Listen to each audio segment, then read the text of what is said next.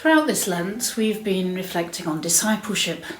Many of you I know have been part of a small study group that's used the course Dying to Live, our diocesan course on discipleship.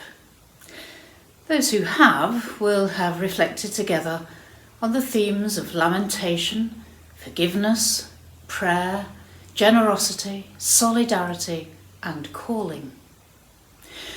Hopefully you'll have gained some insights as well as encouragement as you've unpacked and explored together these different aspects that are part and parcel of being a disciple of Jesus. I've used these themes as a basis for the last 5 Tuesday reflections, and today brings us to the final theme, calling. There are some lovely stories in the Bible of Jesus calling people to follow him. Peter and Andrew, James and John, the fishermen, Matthew, the tax collector, and many others. 2 things strike me about these stories.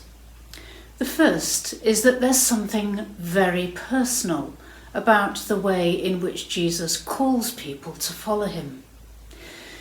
Whilst we see him teaching crowds and gathered groups, his call, "Follow me," is to specific individuals, pairs at most. Jesus calls individuals like you and I to follow him in all manner of ways and at different points on life's journey. Each of us has a story to tell that's unique, for God works with us in and through the circumstances of our lives, leading us to the point of committing ourselves to him and drawing us ever closer.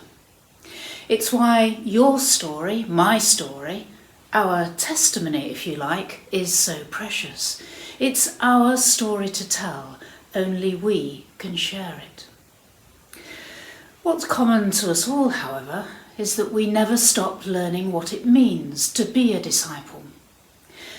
When the first disciples responded to Jesus' call, "Follow me," it was only the beginning of their relationship with him. Over the years that followed, both before and particularly after his crucifixion and resurrection, they continued to grow in their understanding of who Jesus was and what the implications of that were for the way they lived their lives. It's no different for us today. Discipleship entails lifelong learning. It's not a once-and-for-all decision and that's it. It's an organic, ever-changing process as we grow and develop and mature in our faith and practice.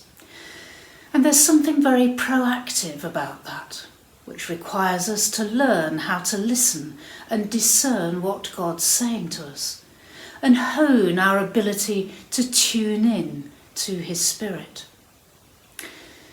I'd like to leave you with a few questions that my own spiritual director often asks me in the course of our conversations, and which you may like to take on board in your own prayer times. They're good questions to keep in mind as we seek to follow the one who's called each one of us to grow in our faith and pattern our lives on his. So what is God asking of you today, this Holy Week? What is God saying to you through the present circumstances of your life? And what is God's invitation? What's he inviting you to notice, to realise, to embrace?